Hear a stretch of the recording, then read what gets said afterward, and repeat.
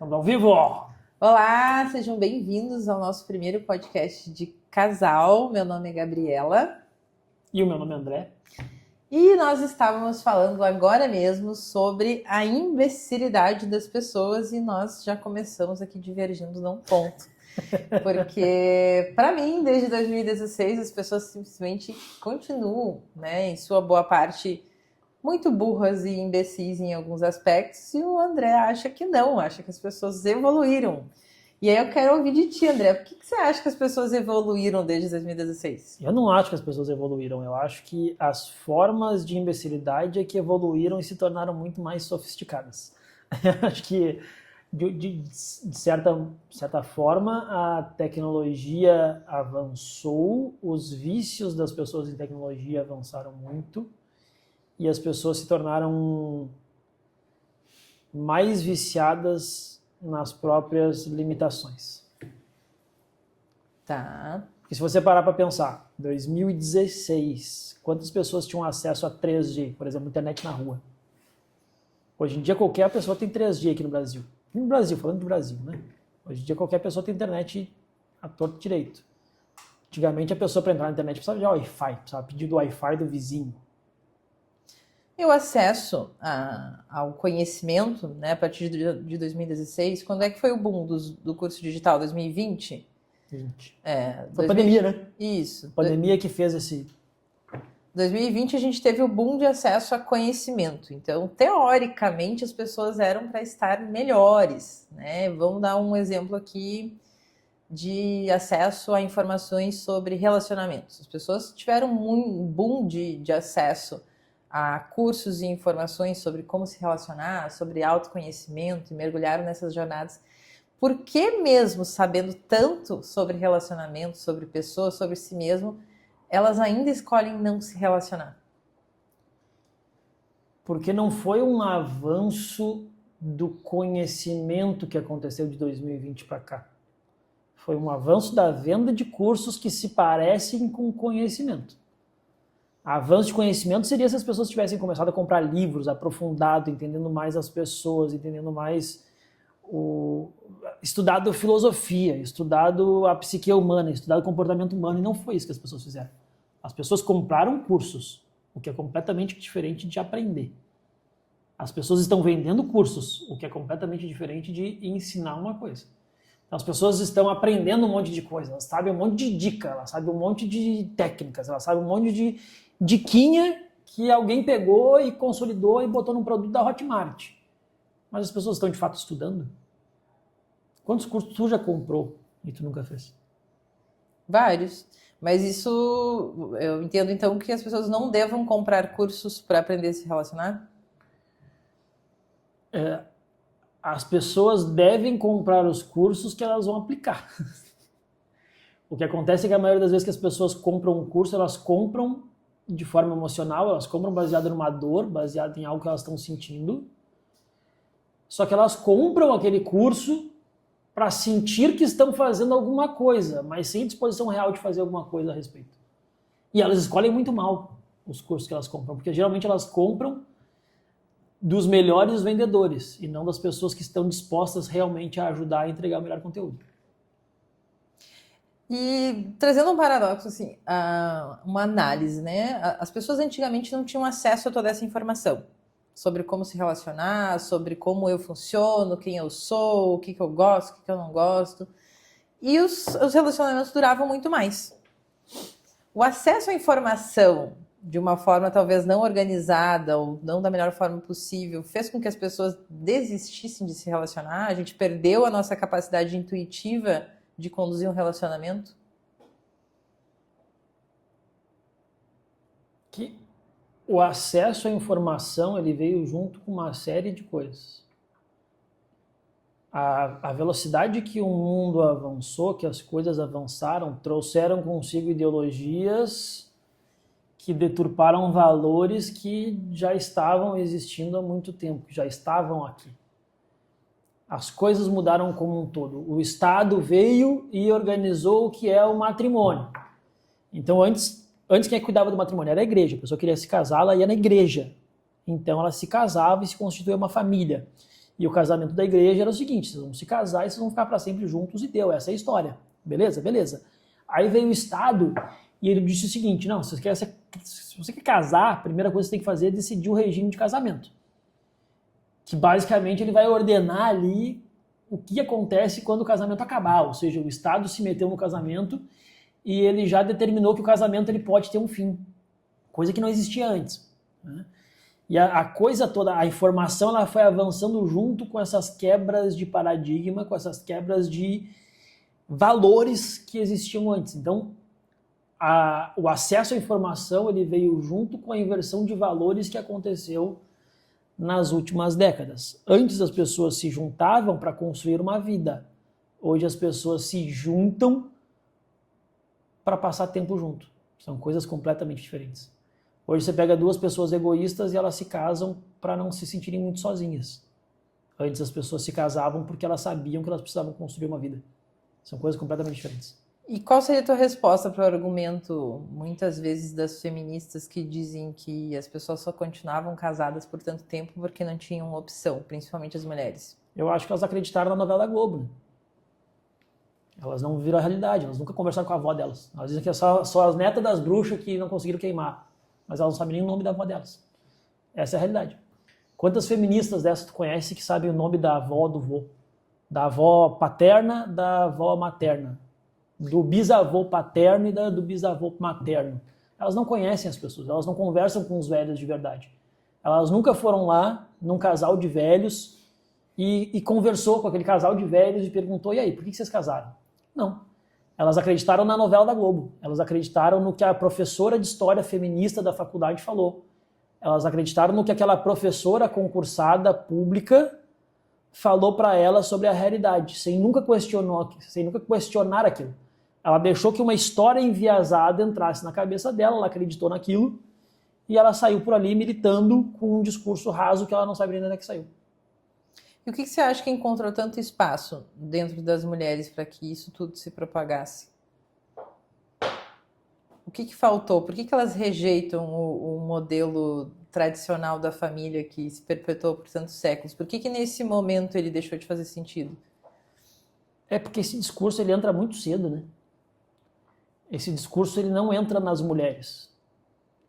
Esse discurso ele chega nas meninas. É muito fácil você enganar uma menina. É muito mais difícil você enganar uma mulher.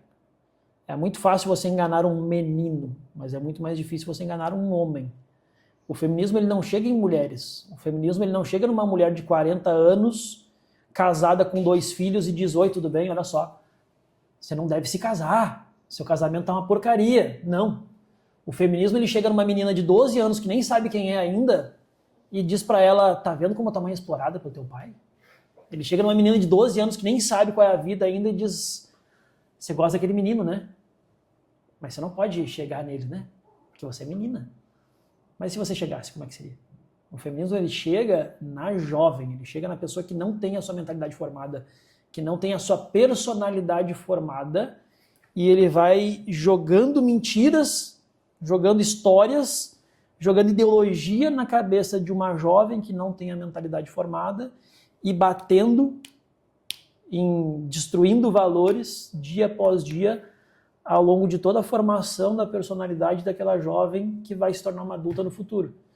E aí quando ela chega nos 30, ela percebe que ela está velha demais para construir a vida que ela deixou de construir por causa de todas as coisas que ela acreditou na adolescência dela. E você acha que o maior público do feminismo são adolescentes de famílias tradicionais que se sentem oprimidas pelo tradicionalismo ou adolescentes que nunca tiveram um pai e que vieram de famílias desestruturadas? Na prática dos dois, né? Se a gente for olhar assim, famílias tradicionais de verdade, tá? Famílias que são realmente tradicionais. O feminismo ele não encontra solo fértil ali. Porque a mulher que cresceu com uma boa referência de pai, a mulher que cresceu com uma boa referência de mãe, ela olha para aquele bom pai e ela busca um homem como aquele. Ela olha para aquela boa mãe e ela diz, nossa, eu quero ser uma mulher como a minha mãe. O problema do feminismo é sim a falta da figura paterna muitas vezes, mas é também a falta de a figura materna desestruturada. Ela olha para a mãe e ela diz, nossa, minha mãe é uma guerreira porque ela teve que me criar sozinha. Isso aqui, a tua mãe teve que te criar sozinha por causa que um filho da puta abandonou ela. Mas um filho da puta abandonou ela provavelmente porque ela escolheu mal o parceiro lá no início. Então se a gente for rodar ciclicamente, a gente não vai encontrar nunca um culpado, senão a desordem da cabeça de um homem e de uma mulher que resolveram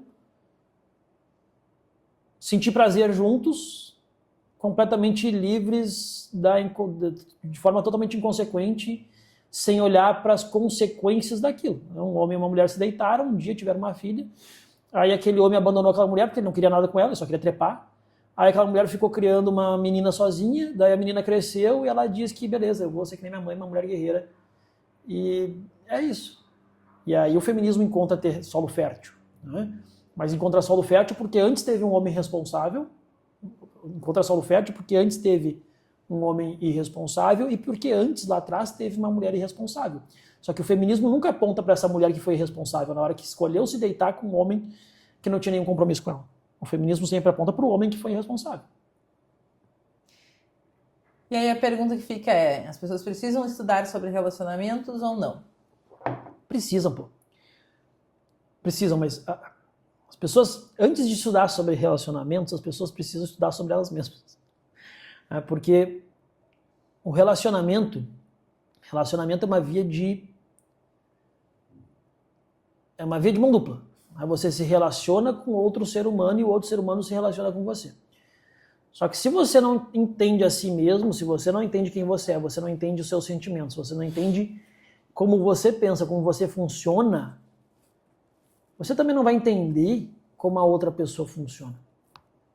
Se você não entende de gente, de pessoas, de comportamento, você não vai nem se conhecer e nem conhecer a pessoa que está contigo. E aí acontece aquele efeito do casal que vive no automático. Aí eles se juntam, começam a namorar, dá um beijinho, bota a mão na bunda, é gostoso. Aí, né, pega ali, é gostosinho e tal, vão para dentro de uma casa.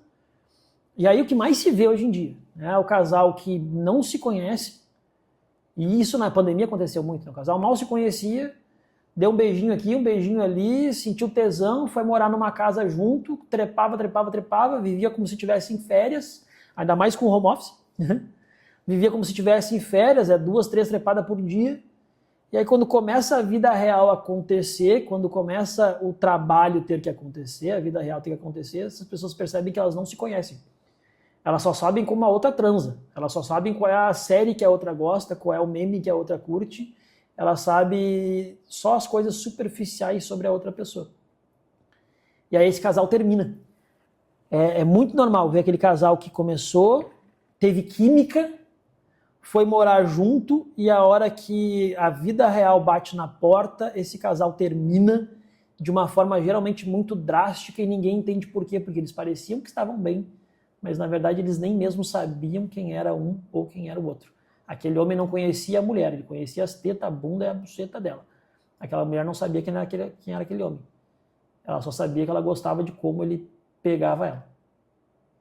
E aí o casal acaba. E aí nesse caminho de autoconhecimento que é importante, no sentido, preciso me autoconhecer para saber como eu funciono para então me relacionar.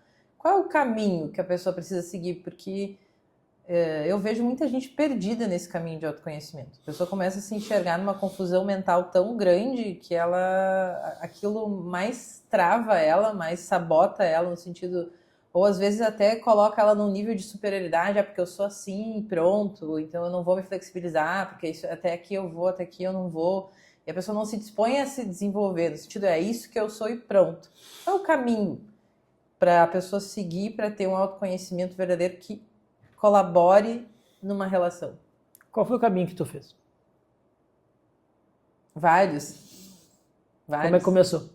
Comecei com um enneagrama, fiz os pontos do enneagrama, depois fui para profile, aí fui para sabotadores, aí fui para temperamentos e depois descobri que era basicamente tudo a mesma coisa. Mas o que eu, trabalhando anos com isso, percebo é que às vezes isso empodera a pessoa de um jeito errado. Às vezes até limita.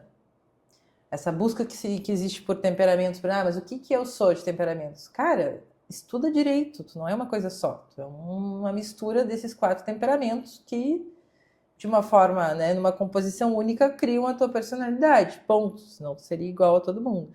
É que as pessoas começam a se colocar em caixas diferentes e eu sou uma melancólica, nunca vou me relacionar com um sanguíneo. E às vezes eu acho que esse autoconhecimento mais limita as pessoas do que liberta.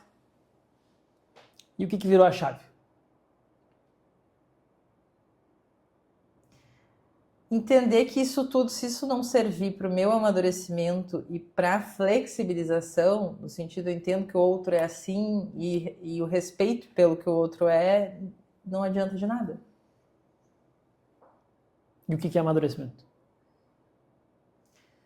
É justamente essa perspectiva de que o outro é diferente e que as coisas não vão ser do meu jeito, o mundo não funciona do meu jeito, o mundo não vai aceitar o jeito que eu sou e também não vai saber o jeito que eu funciono. E que, na verdade, é uma ferramenta muito mais poderosa para conhecer o outro do que a si mesmo. Eu acho que tem um grande problema em todo o conteúdo que se formou nos últimos anos sobre autoconhecimento. Que é uma coisa que eu sempre falo. Quase todo o conteúdo que foi formado nos últimos anos, especialmente no Brasil, foi comprado, foi importado da escola do coaching. Né? E a escola do coaching, ela bebe da fonte da escola da PNL. Né? A PNL tem uma das grandes técnicas da PNL lá é a modelagem. Né? Então, se tu quer quero ter os mesmos resultados do Neymar, então vai lá e começa a agir como o Neymar que tu vai ter os resultados dele. Isso não é uma grande verdade. Né? Só que da escola do coaching veio aquela história que é o seguinte, tu quer ter esse objetivo? Beleza, então tu só tem que saber lá, tu tem que ir do ponto A para o ponto B, beleza? Então tu tem que descobrir qual é o teu ponto B. Cara, vamos lá. Se parar para perguntar para 10 pessoas, para 10 pessoas hoje na rua e pergunta o que tu quer da tua vida, 90% das pessoas vão ter uma resposta pronta, muito simples. Eu quero ficar rico. Eu quero casar e ter filho. Eu quero viajar para Paris. Eu quero morar nos Estados Unidos. 90% das pessoas vão ter essa resposta. Só que das 90%, 99% está completamente estagnada e parada. As pessoas sabem para onde elas querem ir, mas elas não conseguem seguir esse caminho. E aí quando as pessoas vão buscar esse conteúdo de autoconhecimento, quando as pessoas vão buscar esse conteúdo sobre se entender melhor, melhorar a si mesmo, e aí elas encontram conteúdo sobre relacionamento, sobre comportamento, sobre alta performance, sobre tudo isso, elas ficam muito focadas em como chegar nesse ponto B. Só que elas esquecem de olhar para o que realmente importa, que é o ponto A. Porque do ponto A para o ponto B, existe um caminho a ser trilhado. Né? Vou para a praia. Beleza. Vou viajar para a praia. Ok, mas tu vai sair da onde? Né? Eu quero viajar para Nova York hoje. Ok, mas de qual aeroporto tu vai sair? As pessoas não conseguem entender o ponto A. Quase todo o conteúdo que existe hoje, que vem da escola do coaching, vai para o ponto B. Mas as pessoas não conseguem saber onde é que elas estão, porque elas estão completamente perdidas em vícios humanos, em vício de tela, em ansiedade, em medo do futuro, em depressão, em tigrinho, apostinha, e sabe TV. Que um dos principais fatores para isso, que é a minha grande crítica ao autoconhecimento, principalmente vinculado a testes de perfil, é que todo o resultado de relatórios é sempre uma ênfase grande demais ao aspecto positivo da pessoa. Então, todos os resultados de teste de perfil é como se eles descrevessem uma pessoa que é muito boa. E a pessoa olha para aquilo, nossa, isso aqui que eu sou realmente. Só que poucos realmente evidenciam a miséria da pessoa. Não tem teste para dizer o quanto filha da puta você é. O que ela tem de ruim. Essa aqui é o teu problema, esse aqui é o teu maior defeito. Se tu não faz realmente uma formação em análise de perfil comportamental a ponto de conseguir identificar os problemas daquela pessoa, tudo que está escrito ali, que é um texto padrão programado por qualquer tipo de ferramenta de inteligência artificial, faz com que a pessoa se ache melhor do que ela é. E isso coloca ela numa posição em que ela acha que ela tem o direito de exigir algumas coisas. E não faz ela olhar para a parte ruim, e é justamente essa parte ruim que mantém ela onde ela está, nesse ponto A que ela simplesmente não quer olhar. Então ela acha que a parte boa, que muitas vezes nem é real, porque a parte ruim simplesmente ou equilibra ou estagna a pessoa, vai fazer ela ir para o ponto B.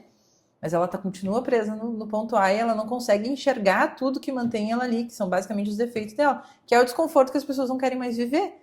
Eu não quero assumir a parte ruim que eu tenho dentro de mim. Aí você vê no momento que as pessoas estão usando o chat GPT como terapeuta. E o chat GPT, ele faz de tudo, se você não configura ele direito, ele faz de tudo para te convencer de que você é o herói. Não teve o caso agora do cara que tá... O cara tá alucinando que ele é Messias. Ele conversou tanto, a mulher dele chamou um psiquiatra e disse, cara, eu preciso internar ele. Porque ele passou tanto tempo conversando com o GPT que ele botou na cabeça dele que ele é o novo Messias que vai salvar o mundo. E o chat GPT tá concordando com o cara o tempo todo. E ele tá lá. Aí pega no mundo onde... No momento onde o conteúdo de conhecimento pessoal, desenvolvimento humano, tá baseado no lado positivo, e aí pega esse ser humano e joga inteligência artificial, uma LLM viciada em concordar contigo, você cria uma bomba de ego inflado mentiroso, sei lá. E quem vai ser a pessoa, a ferramenta que vai trazer senso de realidade para um mundo que está completamente iludido? Precisa de gente com coragem de falar a verdade, né? Gente com conhecimento e coragem para falar a verdade, que é a maioria das pessoas. E aí entra toda essa história que a gente está falando, né? Pô, 2020 veio pandemia. A pandemia foi um momento onde a verdade foi suprimida. A verdade, ela deixou de existir. Se tu falasse que, cara, essa máscara não serve para bosta nenhuma, tu ia ser trucidado na rua. Se tu falasse, cara, eu acho que essa vacina aí não tá fazendo sentido, né? Pô, tô botando uma vacina aí, uma vacina leva 10 anos para ser estudada. Pegaram uma vacina aí de 6 meses, estão enfiando na bunda das crianças, aí não dá, não faz sentido. Se tu falasse isso em 2020, cara, se tu falasse isso na internet, tu ia perder tuas contas. Ponto. Tu ia ser deletado. Todo mundo que falou essas coisas lá em 2020, isso grandes médicos, grandes especialistas que falaram essas coisas, pô, olha só, eu acho que não é esse caminho. Eles foram deletados, eles foram excluídos, ou seja, 2020 foi um momento onde o controle sobre a narrativa tomou conta. Se criou uma nova normativa na internet, que é onde as vozes estão, de que falar a verdade é ruim, que falar a verdade é errado, que é preciso se falar a verdade com um tom gostosinho, né? Que é preciso falar a verdade de uma forma que as pessoas, que não vai ofender ninguém. Essa cultura do estou ofendido com isso multiplicou em 100 vezes com a pandemia. As pessoas hoje elas não têm mais coragem de falar a verdade. As pessoas estão com medo de falar a verdade. E o algoritmo aponta para isso. Quando a pessoa fala a verdade no Instagram, ela perde a conta. Quando a pessoa fala a verdade no YouTube, ela perde a conta. Quando a pessoa fala a verdade no TikTok, ela perde a conta. Então, cada vez mais as pessoas precisam sair da internet e ir para o mundo real. Cada vez mais as pessoas precisam sentar em rodas de conversa de novo. Cada vez mais as pessoas precisam buscar referências que apontem a verdade para elas saírem desse mundo de ilusão onde elas se enfiaram. Porque as pessoas estão acreditando que aquilo que elas veem na internet é real. Elas estão acreditando que aquele influência que elas veem, que tem a vida perfeita, realmente é perfeito como elas veem na internet. As pessoas estão acreditando que aqueles recortes de realidade que elas veem dos influenciadores na internet é a própria realidade. E as pessoas se colocam num buraco, porque elas nunca vão ser tão perfeitas quanto um vídeo editado, com um filtro, que de 24 horas de gravação se pegou 5 minutos e botou ali. Né? As pessoas pegam um recorte da realidade, elas comparam a própria vida de merda com o palco de um influencer, que é a rede social. E as pessoas se sentem cada vez piores e ficam cada vez mais viciadas na vida dos outros. Cada vez mais viciada nos personagens que os outros criaram para a internet. Então, como eu poderia hoje ter um retrato real de quem eu sou, não maquiado por uma realidade de inteligência artificial ou pelo medo das pessoas de me dizer a verdade? Desliga o celular antes, mas larga o celular, larga a internet, larga tudo. De verdade, precisa de um detox. Precisa de um detox de informação, um detox de ilusão. Precisa, cara, a pessoa hoje que ela quer olhar para a realidade, ela precisa se desconectar das redes sociais, precisa se desconectar do WhatsApp, precisa se desconectar do Netflix, precisa se desconectar das notícias e por algum tempo ela precisa conseguir acordar pela manhã no horário em que ela se propõe e fazer as coisas que ela se propõe a fazer durante o seu dia, olhar no olho das pessoas que vivem com ela, conversar com as pessoas que vivem com ela, mais preocupada em ouvir do que falar. Andar pelo mundo ao seu redor, olhando para o mundo. Olhando para o mundo de fato, não olhando para o celular. A maioria das pessoas hoje anda pelo mundo olhando para o celular. A pessoa está no carro, está olhando o celular. A pessoa está andando na rua, e aí elas vão perceber, com fone no ouvido. Vão perceber o quanto se normalizou coisas absurdas só pelo fato de elas terem tirado o foco da realidade. Elas vão ver a realidade. E a realidade, ela não é boa. O que é que as pessoas estão querendo fugir? As pessoas estão querendo fugir da realidade porque a realidade, ela não é gostosinha. A vida é difícil. Viver exige esforço, que as pessoas estão fugindo muito. Viver exige trabalho. Viver bem, esse amadurecimento que tu falou antes, esse amadurecimento exige aceitar o sofrimento inevitável que é a vida. A gente vai sempre sofrer, em qualquer ponto. A gente vai sempre sofrer em algum nível da nossa vida. Algumas pessoas sofrem porque elas não receberam curtidas do mundo ilusório que elas criaram para elas mesmas, sem perceber o quanto está fodida a vida real delas. Algumas pessoas já sofrem simplesmente para conseguir, pessoas muito mais maduras, né?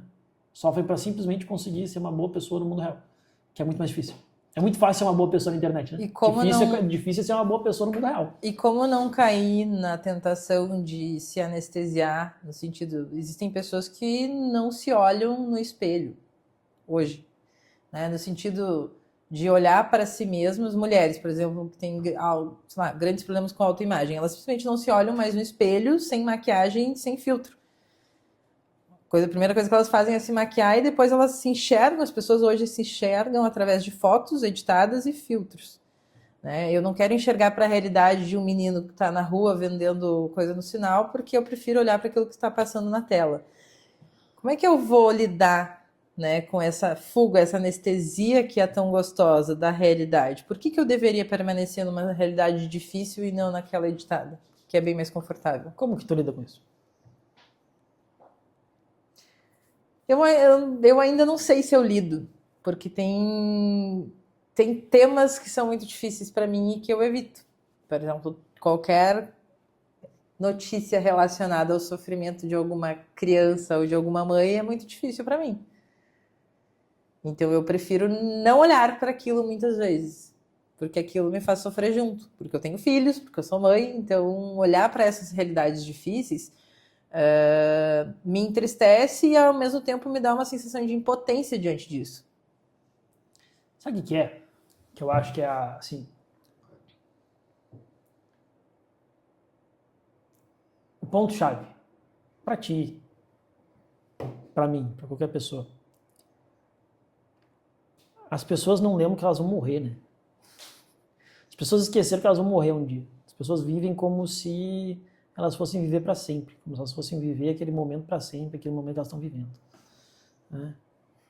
Uma das coisas que eu fiz, assim, que me deu um senso brutal, sempre me deu um senso brutal de realidade a vida inteira, foi ter uma clareza muito grande sobre a morte. Inclusive, por muito tempo, eu era meio suicida, assim, meio suicida do ponto de não pensava em me matar, né? Mas eu fazia coisas que poderiam te levar à morte. Me matar facilmente. Não pulei de avião não pensando em morrer, né? Pulei em avião pensando em sobreviver à morte. No momento que eu pulei do avião, eu morri.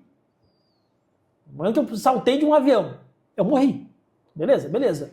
Um paraquedas salvou minha vida, mas eu morri um pouquinho, né? Quando eu bati o meu carro numa parede, eu morri. Deus que pegou e guiou aquele carro para não cair do viaduto, mas eu morri. Né? Quando eu tive lá 19 pneumonias, 18 pneumonias, sei lá quantas pneumonias eu tinha, eu morri. Quando eu tive um câncer no meu estômago, eu morri.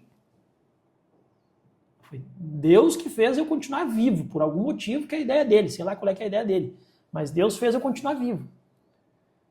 E as pessoas, elas pararam de pensar que elas morrem. Que elas e que as pessoas ao redor delas morrem. Elas pararam de lembrar que elas são bicho, que elas são de carne e osso. Porque as pessoas jogaram videogame, eu acho que tinha continue, né? A pessoa morria e voltava para a vida. Né? Daí elas vão para a internet, que passa um vídeo e volta outro. Aí uma pessoa some da internet, depois ela volta em outro perfil e por aí vai. E elas se desconectaram da vida real, onde as pessoas simplesmente morrem. Onde elas podem morrer a qualquer minuto. Onde, de repente, amanhã, atravessando a rua, vem um maluco de carro e te mata. E quando a gente começa a pensar mais sobre estar morto, ou sobre as pessoas que estão perto da gente morrendo, a gente começa a se conectar muito mais com a realidade. A gente começa a dar muito mais valor para a vida real. Eu penso em tu morrendo de vez em quando, eu detesto pensar nisso. Mas isso me faz valorizar muito mais a tua presença. Porque eu não quero que tu morra, eu quero que tu presente. Então eu vou aproveitar o máximo possível a tua presença. Mas não é uma coisa natural do ser humano, assim, pensar, sei lá, se meus filhos morressem, se o André morresse. Não quero pensar nisso. É natural. É natural, mas é imaturo, porra.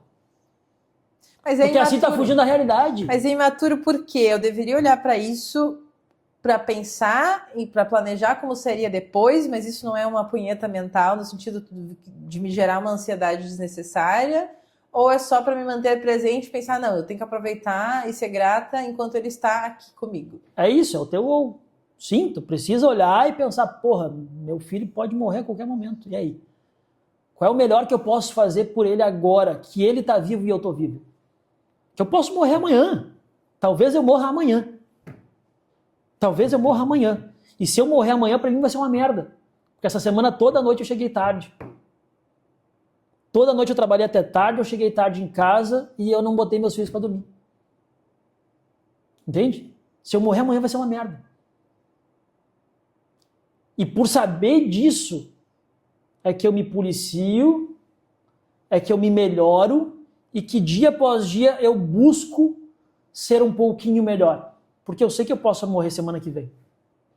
Então eu tenho que fazer o meu melhor hoje. Pela minha mulher, pelos meus filhos. E o foco deveria estar no seu núcleo ou você também olhar para aquilo de errado que existe no mundo? Não adianta nada olhar para o que está errado no mundo se não olhar para o teu próprio rabo, né? Tô olhando lá, ó o Lula. Olha o Lula tá fazendo merda, olha o Bolsonaro fazendo merda, olha o Trump, olha a guerra do Irã. Você está saindo da realidade, você está olhando para o mundo, mas deixou de olhar para a tua própria casa, deixou de olhar para a tua própria vida. Mas não faz sentido tu saber as notícias, fazer o quê? Cara, depende. Para quê? Para quê? Como que tu vai usar essa informação? Tu vai usar essa informação para sentir emoções? Guerra do Irã, que medo. O Lula, que raiva que eu tenho do Lula. O Bolsonaro, que raiva que eu tenho do Bolsonaro. Pra quê? Tu vai olhar só pra sentir?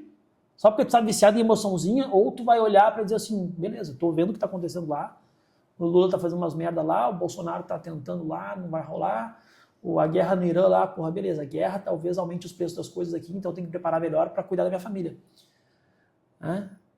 Se tu entender que toda informação que acontece ao redor de ti no planeta, ela deve servir ao teu núcleo, aí tá fazendo a coisa certa.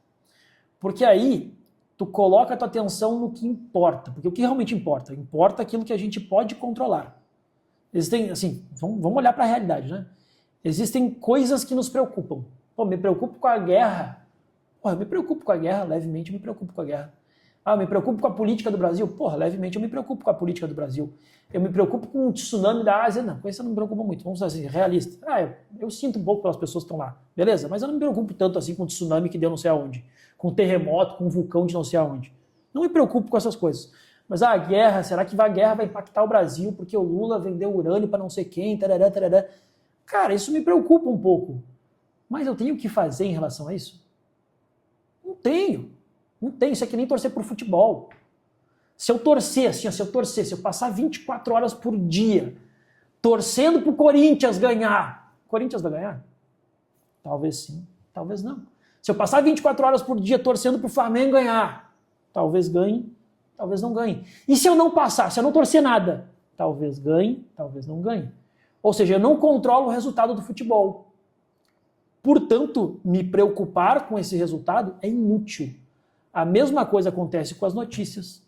A mesma coisa acontece com os problemas os problemas do mundo. A mesma coisa acontece com problemas com que eu não tenho poder de controlar. O que está sob meu controle? O que está sob controle é a minha atitude em relação à minha vida, em relação à minha esposa, aos meus filhos, ao meu trabalho, ao meu negócio, às pessoas ao meu redor. Talvez, se eu for uma pessoa de alta performance e eu estiver conseguindo fazer um bom trabalho em relação a mim mesmo, a minha esposa, meus filhos, a minha empresa, meu negócio, meu trabalho, se tudo isso estiver ok, talvez eu possa começar a me preocupar com a comunidade ao meu redor, com o meu bairro, com a minha cidade, com as pessoas que passam fome ao redor de mim. Talvez eu possa começar a me preocupar com as pessoas da internet, com o Brasil, com não sei o quê, mas daí eu vejo gente, moleque, que o cara mal arruma a própria cama e ele está se preocupando com a guerra no Irã. A pessoa falou essa semana, a pessoa lá não faz nem a própria comida, mas está preocupada com as leis do Brasil. Isso não faz sentido, aí é punheta mental, entendeu? Aí é punheta mental, porque a pessoa está focando a sua energia em algo que ela não tem controle. Então a pessoa quer fazer alguma coisa, quer realizar alguma coisa, quer crescer, quer amadurecer, quer ir por esse caminho, beleza. Foca no que controla. Faz sentido ou não faz sentido? Isso não deixa de ser mais uma estratégia de fuga. Porque se eu debato sobre aquilo que eu não tenho ação, eu não preciso fazer nada. Não precisa fazer nada. E isso remete à preguiça das pessoas de simplesmente assumir o controle que precisa ser feito. É que isso cria aquele tipo de ser humano que ele sabe tudo sobre tudo. Tudo que se fala ele tem opinião. Tudo que fala ele é especialista. Cada vez ele é especialista da guerra, ele é especialista do Covid, ele é especialista do não sei o quê. Especialista sobre tudo. Mas ele não realiza bosta nenhuma. Pessoa, né? Não sei se tu conhece alguém assim. Vários. Mas entende? O negócio que eu te falei, negócio de pensar sobre a morte. Quando tu puxou o negócio, mas eu não quero pensar na morte do meu filho. Tu entende? Que se tu pensar nisso, tu tem controle no que tu faz hoje. E tu tem controle sobre decidir o que tu vai fazer, sabendo que eles são morríveis. A Laurinha pode morrer. Tu entende? A gente pode levar ela pra escolinha um dia e ela pode cair daquela porcaria daquele brinquedo lá que tem lá. Ela cai de cabeça no chão, a gente receber uma ligação da escolinha e ela morrer naquele dia. E aí? O Dedé também. E é por isso que existe uma ordem da vida. Aquela ordem. Eu tenho tudo isso construído na minha cabeça. Cada nova viagem de avião nossa é uma que a gente vai viajar domingo. Eu com certeza vou me questionar se a gente deveria estar indo no mesmo voo. Eu vou garantir que a babá tenha todos os contatos de emergência caso aconteça alguma coisa. Eu vou pensar em como vai ser a vida dele sem mim. Só que eu não posso me deixar que isso vire uma ansiedade. E eu sei que a maioria das pessoas acaba levando isso para ficar mais ansiosa e às vezes até deixando de fazer, e às vezes acaba até nessa ansiedade toda de pensar tanto na morte, às vezes cortando, inclusive, os seus filhos de viver, super protegendo.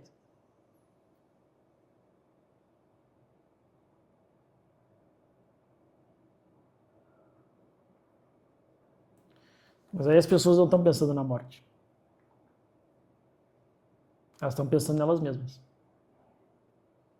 Tu entende? Na dor que ela não quer se sentir se algo acontecer? É. Meu filho pode morrer, por isso eu não vou deixar ele viver. Não faz sentido. O meu filho pode morrer. Se eu estou pensando, não, meu filho pode morrer, então deixa eu pensar nele morto aqui. Eu pensei nele morto, ok? Ok. Então eu vou dar o meu melhor por ele enquanto ele está vivo. Só que as pessoas não querem dar o melhor de si em porra nenhuma. Por isso que elas criam bolhas. Eu posso morrer. Beleza, então enquanto eu estou vivo, eu vou dar o meu melhor. Eu vou viver a minha plenitude. Beleza? Beleza. Está me dizendo que as pessoas pensam na morte, beleza, então eu não vou viver. Então eu vou ficar aqui na minha casa, sentado, olhando Netflix o dia inteiro, mexendo no celular, vendo reels adoidado, para não correr o risco de sair na rua e ser atropelado. Ah, porra, essa pessoa está buscando economizar energia. Isso é um réptil. Isso é um lagarto, é um jacaré. Essa pessoa é um bicho. Não é uma pessoa, não é um ser humano. Não está pensando como um ser humano, está pensando como um bicho. Eu quero economizar energia. Então eu vou pensar sobre a morte. Por quê? Porque eu quero uma desculpa a mais para continuar sendo um grande preguiçoso. Isso é uma polêmica que se popularizou agora com a morte da Juliana Marins lá, né? Que muitas pessoas questionaram, né? Porra, o que ela estava fazendo lá, né? Principalmente mães, né? Que é um intuito natural da mãe, ela deixa de se colocar em algumas situações onde ela pode simplesmente morrer, porque ela precisa pensar nos filhos. Né? Então, muitos questionou no sentido assim, por que ela estava lá? O que ela estava fazendo lá? E aí teve até um meme que se popularizou, dizia, isso é de morrer, então eu jamais faria. Se é de morrer, eu jamais faria. Né? Qual é o limite entre o viver e o ser responsável? O que não é de morrer? Existem algumas coisas mais prováveis de morrer. Mas, estatisticamente, a gente poderia fazer um ranking. Mas vai. Existem coisas que são boas e úteis, e existem coisas que são boas e que não são úteis, né? E existem papéis na vida. Se a gente pegar o caso da Juliana aí, ela tinha filhos? Não. Então foda-se. Eu parei de saltar de paraquedas quando meus filhos nasceram. Por quê? Porque agora eu preciso ficar vivo, então eu preciso preservar a minha integridade. Eu parei de correr de carro que nem um louco como eu corria antes. Ainda corro um pouquinho, mas é bem menos. Por quê? Porque eu sou responsável por vidas. Né? Antes eu não era, antes meio que foda-se. Né? Eu corria, eu saltava de paraquedas, eu fazia um monte de merda. Por quê? Porque estava tudo bem morrer. Né? É por isso que eu sempre digo que né, o homem sem família ele é um menino, porque ele está pronto para morrer. Está pronto para morrer a qualquer momento, ele está pronto para pegar a mochila e vazar. Né? É isso, cara. É papel. É papel. Quando tu sabe que tu tem papéis na vida, eu como mãe deixo de fazer algumas coisas, tá certo. Tem um papel. Não sei se teu papel é superior. Esse papel de mãe é superior ao papel de viajante, de aventureira. Né? Tu não adora aventureira agora, tu é a mãe. E tá certo. Esse é o limite. O limite é tu saber os teus papéis. Agora tu é jovem, não tem porra nenhuma, ninguém depende de ti. Foda-se, entendeu? Vai. Esse é o limite. Tá, vamos continuar em relacionamentos? Nem sei mais quem tem aí. Porque talvez a gente entrou um pouquinho em comportamento, mas vida... Acho que tá mais focado em O podcast tá ao vivo, tá? Então, assim, ela tá inventando uma pauta aqui, esse caderno aqui com as pautas, ele não existe. Tudo foi uma conversa fluida e natural. Não, a gente fez toda a pauta, não seguiu nenhuma. Né? A prática foi mais ou menos essa. Mas e aí, meu amor, o que tu tá achando do teu primeiro podcast? É como se a gente estivesse conversando na hora do jantar. Não deixa de ser uma conversa que a gente teria em casa. Mas você tá fazendo mais perguntas do que falando. Esse é o meu papel aqui. Estou recebendo... Não necessariamente. Eu acho que a gente pode discutir, a gente pode até brincar aqui. A gente briga muito. Por quê, amor? Por que a gente briga tão pouco? A gente briga pouco? A gente briga pouco. A gente briga pouco, né? Sabe que essa é uma das únicas coisas que eu me lembro de agradecer todos os dias. É o fato da gente ter um ambiente para os nossos filhos onde eles não presenciem brigas. Acho que eles nunca presenciaram uma nossa, né? Não que a gente brigue muito, assim, eles veem eu xingando de vez em quando. O André levantando um tom de voz, porque eu esqueci de alguma coisa, porque eu deixei o carro dele sem bateria, porque eu fiz alguma merda com o carro, né? Mas brigar, acho que brigar mesmo, sabe? Uma vez a cada 3 meses que a gente tem uma discussão, assim, 3, 4 meses. Pensar, São momentos muito específicos. Eu não lembro esse ano da gente ter brigado alguma vez. E normalmente tinham a mesma causa, a origem, assim, que era... Continua às vezes sendo, acho que eu já melhorei bastante, né? Uma desordem em termos de hierarquia, assim. Que eu acho que toda mulher passa, né, depois de ter filhos, né? O colocar os filhos acima de si mesmo, que é uma coisa que eu avalio, mas às vezes acima do marido também. Então, uma tendência natural da gente fazer tudo pelos filhos, porque a gente quer reescrever uma história que a gente não teve, a gente quer proporcionar aquilo que a gente não teve, a gente quer fazer diferente dos nossos pais. E aí, nessa equação, o marido às vezes acaba ficando um pouco. E aí, queria que tu falasse um pouquinho, assim, da tua visão, né? Como é para o homem passar por essa experiência? De filhos, de, às vezes, um pouco de inversão de papéis. Qual o sentimento do homem diante disso? Depende do homem, né? Depende do homem. Como homem disposto a fazer o meu papel, eu entendo que é minha responsabilidade não permitir que tu saia, que tu inverta a ordem, entendeu? Então é tranquilo. Às vezes eu tô brigando contigo, mas eu tô rindo por dentro, porque eu sei que eu só tô ordenando as coisas, só tô dando é como se fosse o barraco pedagógico da mulher, é como se fosse um barraco pedagógico. Então eu tô brigando, eu pareço brabo, mas no fundo eu sei que existe uma consciência por trás ali, existe uma inteligência por trás que tá só construindo algo para o nosso futuro, porque, porra, a gente casou, eu quero viver o resto da minha vida contigo e eu não quero que a nossa vida seja confusa, que a nossa vida seja uma bosta e que a nossa vida deixe de existir, que o nosso casamento vire uma grande confusão. Então, é uma construção, eu vejo como uma construção diária, uma construção primeiro do meu papel, eu assumindo o meu papel, eu assumindo a minha responsabilidade e eu conduzindo dia após dia a minha família, inclusive a minha mulher, né? E entendo que, por mais que eu te diga que tu é maravilhosa e tudo mais, eu não casei com uma mulher perfeita e eu espero que tu não se veja como perfeita também. Eu casei com uma... Eu casei não sendo perfeito, eu casei cheio de defeito, eu casei sendo um homem falho, eu casei sendo um homem miserável, cheio de problema que preciso me melhorar. E honestamente, olhando para mim mesmo como eu me conheço, eu me acho muito pior do que tu. Então, se eu brigo contigo de vez em quando para tu melhorar, é porque eu espero muito de ti. É porque eu te vejo como alguém muito melhor do que eu. Então, eu no meu papel, eu entendo que é uma construção, que eu preciso me melhorar acima de qualquer coisa, e às vezes, em algum momento, eu vou apontar um defeito que eu estou vendo, que talvez não é um defeito, mas uma falha comportamental, um comportamento errado, que às vezes tu não esteja vendo. Mas isso eu no meu papel, eu no meu ponto de vista, no meu ponto de consciência, eu sabendo do meu papel. Agora, se eu não soubesse do meu papel, se eu não tivesse disposto a assumir o meu papel de homem, aquele que provê, que protege a família, que lidera a família, se eu não tivesse consciente desse papel, eu acho que seria uma maravilha ter uma mulher que assumisse esse papel para mim. Que daí eu podia comprar um videogame, um PS5 e ficar jogando o dia inteiro. Que daí, ao invés de ficar pensando e me preocupando se a minha mulher está fazendo alguma coisa ou não, eu podia bater uma punheta. Ao invés de ficar preocupado em como ser melhor para minha mulher, eu poderia botar uma série no Netflix. Porque ela está fazendo para mim.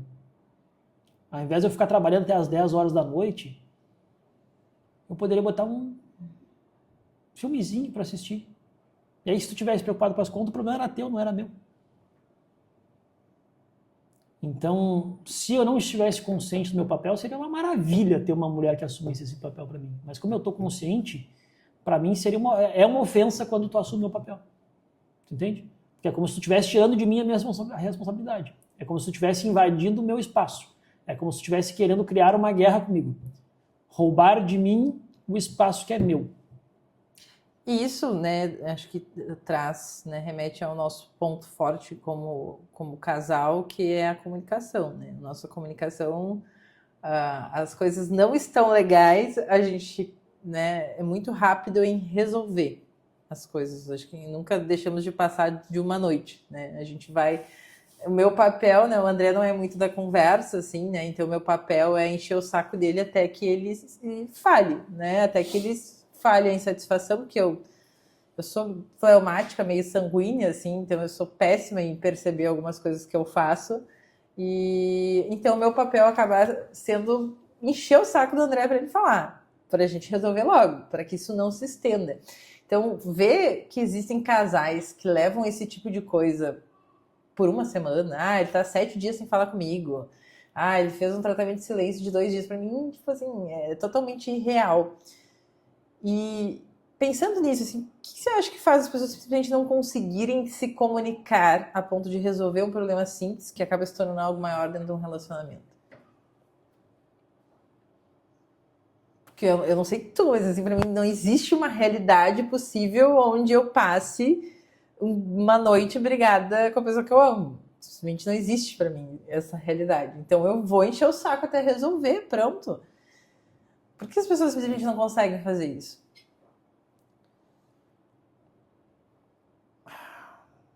É inconsciência. Mas vamos lá, o que é comunicação? Né? Comunicação é quando tem duas pessoas, tem dois seres, tem alguém mandando uma mensagem, alguém recebendo uma mensagem. E essa mensagem ela é transmitida através de um código, de uma linguagem. Né? Só que esse código, ele não é só aquilo que a gente fala. Ele é também o tom de voz que a gente fala. Ele é também a expressão facial que a gente faz. Ele é também o movimento corporal que a gente faz. Ele é também a postura que a gente está. Ele é também o silêncio, que também é um código. Né? E por falta de conhecimento, por falta de estudo, por falta de habilidade, as pessoas elas se comunicam muito mais do que elas acreditam que elas se comunicam. E elas recebem muito mais mensagens do que elas conseguem compreender.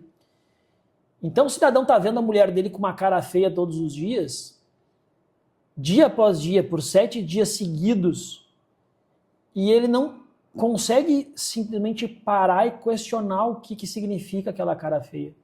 Ele está só recebendo aquela mensagem, ele está olhando para aquela cara feia e ele não consegue traduzir aquela cara feia em uma informação que seja útil para ele. Ele está vendo a mulher falar com um tom agressivo e ele não consegue trazer para a realidade e tentar entender por que aquela mulher está com aquele tom de voz. A mesma coisa acontece o contrário. A mulher está vendo o cara agressivo, ela está vendo o cara em silêncio, ela está vendo o cara ficar mexendo no celular durante horas e horas e horas, e ela não está vendo o que isso comunica.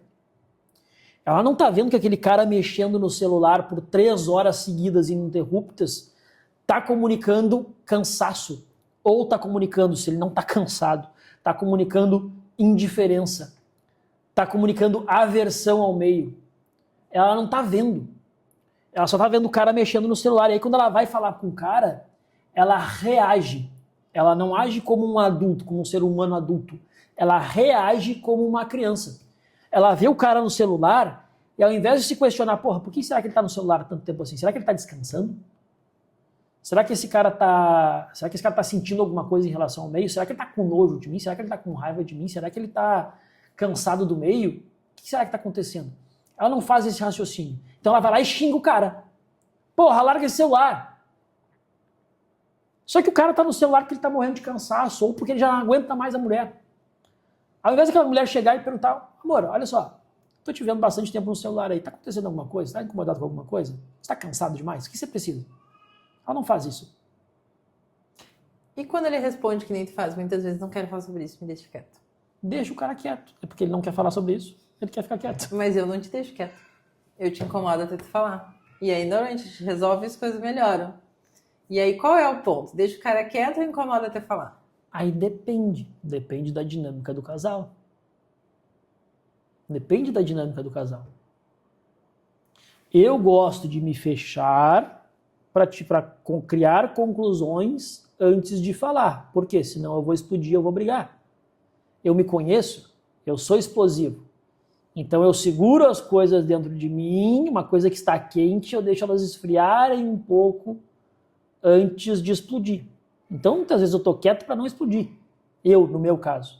Mas tu já me conhece o suficiente. Então, tu não vem me incomodar, tu não me incomoda xingando. Tu não é essa mulher, tu é essa mulher que se questiona. Tu não vem me xingando, tu não me xinga. Porra, não sei o quê, babá. Não é isso que tu faz. Tu vem com amor, tu vem com carinho, tu vem querendo ajudar, tu vem disposta. Então eu entendo, eu vejo a tua disposição. Mas às vezes ainda debochada, isso é um erro grave. Tá tudo bem, mas ainda disposta. Mas ainda disposta. Tu entende a diferença? Sim. Porque na hora que tu vem me perguntar, tu vem buscar uma solução. Tu não vem me xingar porque eu tô quieto. Porra, fica aí quieto o dia inteiro, não faz merda nenhuma. Tu não vem assim.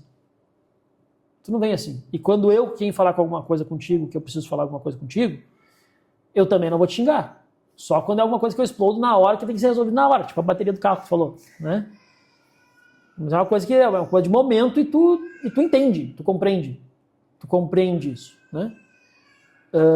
Então é da inteligência, assim, é de uma coisa simples chamada inteligência emocional, que por tradução, essa palavra por significado, inteligência emocional é algo muito limitado quando a gente vai falar sobre comunicação. Porque inteligência emocional é entender as emoções, né? Mas a gente tem que ir um pouco além disso. A gente tem que entender a linguagem, a gente tem que entender a estrutura de pensamento da pessoa, tem que entender, sim, o perfil comportamental, né, o temperamento da pessoa, tem que entender a estrutura que levou a pessoa até ali. E aí vem o autoconhecimento e aí vem o conhecimento da outra pessoa. Né? A gente conversou muito ao longo da nossa vida já. Tu é a pessoa que mais sabe sobre a minha história, sobre quem eu sou, sobre como eu me tornei quem eu sou. Né? E eu também sei muito sobre isso. Quando tu conta alguma coisa, quando eu te vejo falar alguma coisa para uma pessoa que eu não sabia sobre ti, se tu falou alguma coisa aqui no escritório, tu começou a contar uma história da tua infância que eu nunca tinha ouvido. Eu fiquei impressionado, eu disse, nossa, uma novidade sobre a minha esposa que eu nunca ouvi. Por quê? Porque na minha cabeça é quase tudo sobre ti. Se é 90% sobre quem é a Gabriela, eu sei. Por quê? Porque a gente conversa. Porque a gente já dialogou. A gente já dialogou sobre nós mesmos, sobre o nosso comportamento, sobre... De forma franca e direta e honesta. Eu já falei muito sobre os meus problemas, sobre as minhas limitações para ti, sabendo que tu me ama. E tu também já falou muito sobre as tuas limitações, sobre as tuas dificuldades, e tarará, sabendo que eu te amo. E sabendo que a gente estava buscando um ponto positivo um pro outro. Eu não falo as coisas hoje querendo te impressionar. Ou buscando a tua validação. Não. Então eu acho que do lado de um casal que tem problema de comunicação, do lado de um casal que tem dificuldade de se comunicar, que vê os conflitos deteriorando o relacionamento e não progride, não evolui, eu acho que tem duas pessoas que... Eu acho não, tenho certeza. Né? Tem duas pessoas que não se conhecem tão bem assim. Tem duas pessoas que nunca conversaram o suficiente. Tem duas pessoas que não são totalmente honestas nem consigo mesmo e nem com o outro. Justamente porque elas não olham para a realidade. Elas não olham para as próprias falhas, mas elas conseguem ver a falha do outro. Então elas estão ocupadas demais apontando a falha do outro e não se ocupam em melhorar a si mesmas. Geralmente eu e tu estamos ocupados em melhorar a nós mesmos. Tu busca se melhorar a cada dia e eu busco me melhorar a cada dia. Então sempre antes de apontar um defeito teu, uma falha tua, antes eu tento entender o que em mim está causando essa falha ou o que em mim está percebendo essa falha. Qual é a minha parte que está achando que isso é ruim? Né? Qual a parte de mim que está achando isso é ruim e que poderia ser melhor? Antes de eu apontar uma falha tua. E ao longo do tempo eu vou percebendo que cada vez que eu vejo uma falha ou algo que me incomoda em ti, na verdade o problema era eu. Então eu nem te encho o saco. Quando eu vejo alguma coisa que me incomoda, eu não te encho o saco. Porque geralmente eu vou descobrir que o problema sou eu mesmo. Bom, e esse foi o nosso primeiro episódio de podcast de casal. Terminou com sessão de terapia e feedback. E no próximo nós vamos voltar falando sobre uma outra temática. Sei lá, vamos falar sobre a vida. Sobre o que der na telha, tá? Era pra gente falar sobre dinheiro e negócio, provavelmente a gente começa assim, mas a gente vai falar do que der na telha para onde a conversa se encaminhar. Isso. Beijo.